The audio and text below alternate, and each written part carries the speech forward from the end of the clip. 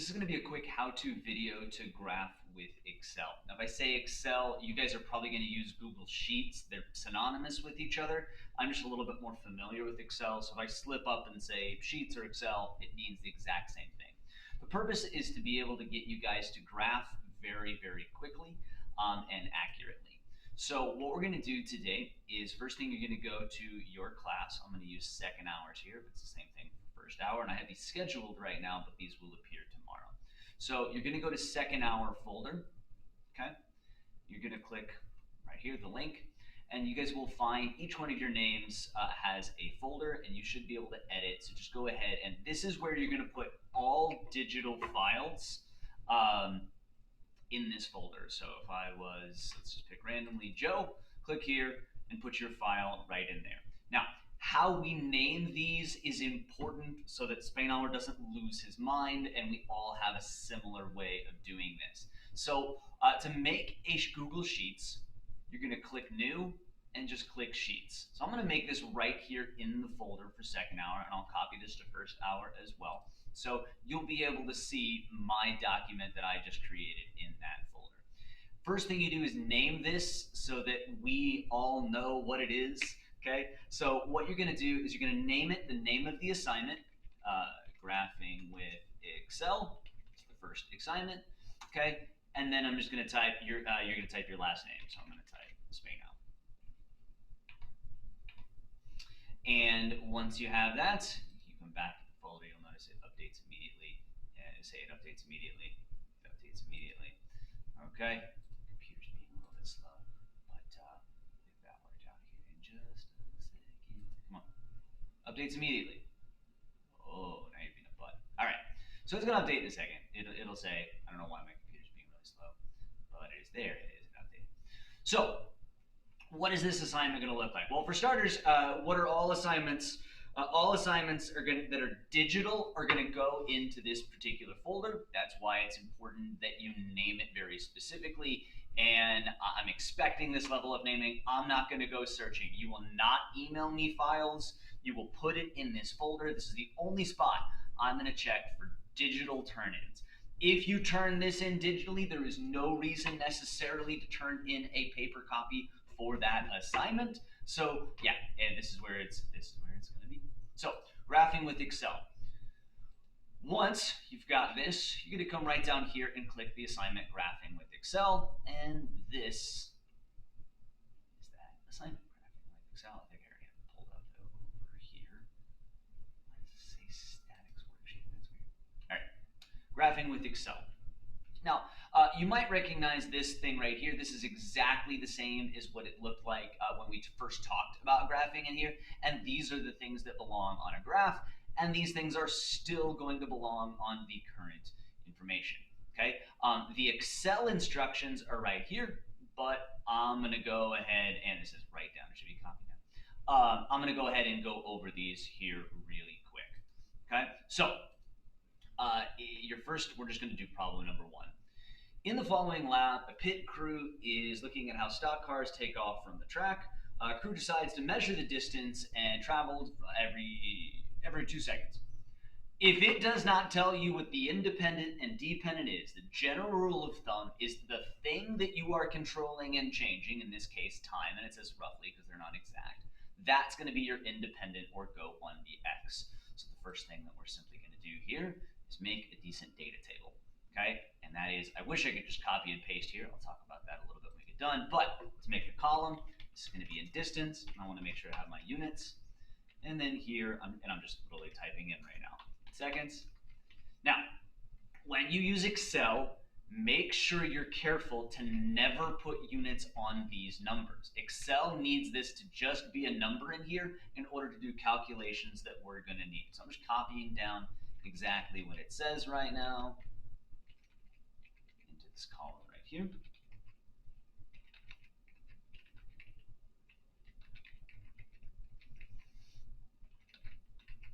Okay, let's talk a little bit about formatting here. I don't want this stuff just sloppy and everywhere, so I'm just going to show you a couple things on formatting real quick. Make this stand out. Don't just put numbers anywhere. I like this particular format, but as long as it's organized, I don't mind.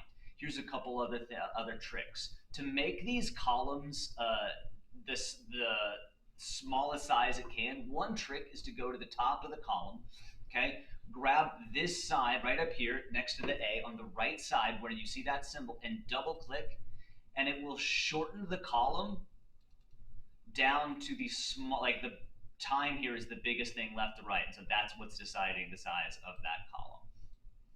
Other things you can do is we can center justify.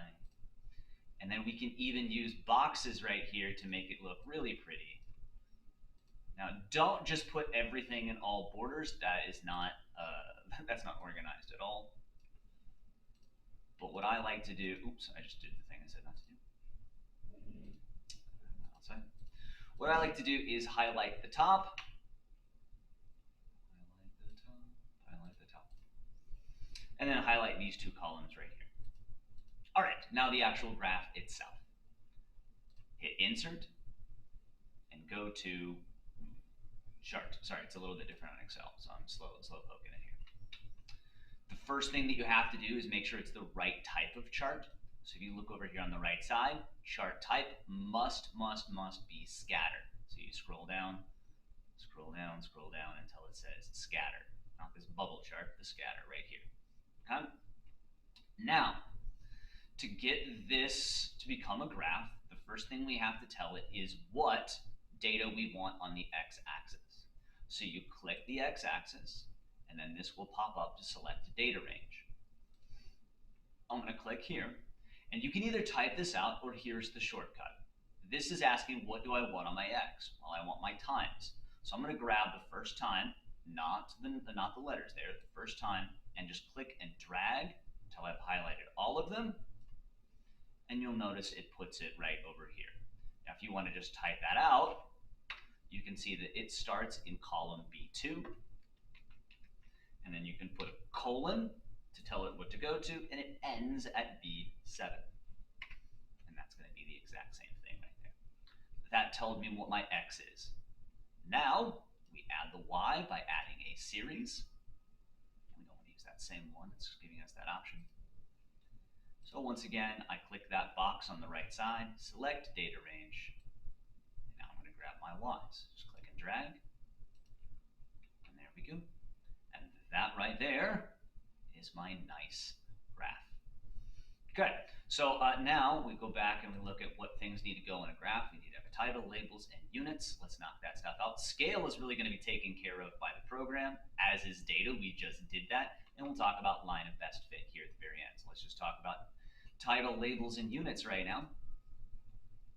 So click here, customize, and then it's just all right here. Chart and axis titles. So chart title, as always, we usually do y versus x, so we don't know otherwise. So I'm going to say distance versus time. And then on the horizontal axis, for the x-axis, that'll be time. Make sure we have our units. Vertical axis, we should have distance, which if I'm not mistaken is in meters. Okay, and your graph is done. We've got a distance, we've got labels, we've got units, we've got our data. Now you will notice we're missing a line of best fit. So here's all I'm going to say right now. If it's a linear function, which I'll show you in just a minute, I would argue that this one is not. I would say that this one is kind of curving up right here. If it's a linear function, then I'll show you how to add a trend line here in just a sec. But this is the bulk of it right here. Now, let's talk about a quick organization tool right here. Your options on doing 1 through 7 are either 1, you can make another column, inserting a column here on the left, and just call it number 1. You can do that. And then just kind of scroll down and start right down here for your number 2, okay? Or your other option is we have this thing right down here called sheets. You might have noticed that earlier when I pulled the data, okay? In which case you can just add another sheet. If you do that though, I would suggest numbering them right down here by right-clicking, rename, and click number 1. and then right down here going to rename number 2. So when you're done, I'll note that you've done this because you have 7 problems across the bottom, of which we just did one for you. Or I'll scroll down and I'll see all 7 right there. Now, how do we add that trend line? If it's a curved function, don't worry about the trend line right now. Just leave it like this and move on with your life. But let's say it is. So I'm going to make up some numbers here real quick. Maybe clicks a thing. 1, 2, 3, 4, 5. Make a linear function right here. 5, 10, 15, 20, 25. Okay? So obviously this is not what you're doing. We'll call this the y and this the x. Okay? And you'll do all your stuff like normal. Insert. Nope, not a traveling timeline. Don't need that at all. Insert chart. Make it a scatter. Grab your x. Click. Grab your x down. Okay? Grab your y. Click that little box right there. Grab your y. It's going to make that chart again. Obviously, you can see that's a straight line. Now, this brings up something that I hate about Excel and Sheets collectively. A lot of times they guess at what it is that you need. Like sometimes you might even have a graph created for you the moment that you do that. Be very careful with that because a lot of times it's wrong. In this particular case, you can see that this graph is wrong because we always in science make sure that this right down here is 0, 0, because otherwise it can be very hard. Oh, and this actually screwed up right here as well. So I should bring that back for this guy here. This should always be 0, 0. Now how I do that is I click right down here, double click on this number, and it pulls up this. It's still under customize, which is right underneath where the chart axis titles were, but right here on horizontal axis, if you leave min and max empty, it auto selects what your scale is going to be. So we're going to force it to be 0, just 0 here, and now I've got 0, 0 in this corner, and maybe it's easier to see that that's a parabola now. Same thing over here, double click, set that to 0, and now I see it's a straight line. Now, how do I make a linear function a trend line? What you can do is you can double click. Again, you will notice this is under customize. Specifically, if you're looking at it, so there was titles, there was the axis under series. You see that it's in blue. That's why you can change the color if you want. You don't have to. But right down here, where it's really important, okay, you scroll down under series. At the very bottom, it says trend line. Click that, and that gives you a trend line. And more importantly than your trend line, I think you're really going to like this. Go underneath trend line. Your options will open up the moment you click it. You won't see these options until you click it. But right here in label, click that and say use equation.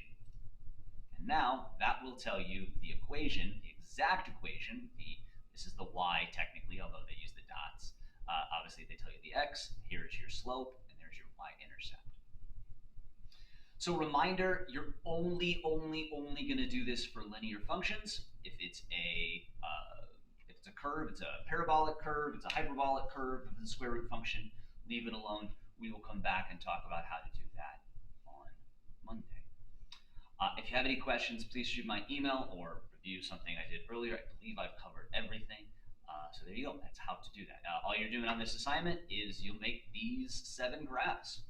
Hopefully you can honestly finish that. If you understand this pretty well, you should be able to knock that out in about 10, 20 minutes. Hopefully you can do it before the end of the hour.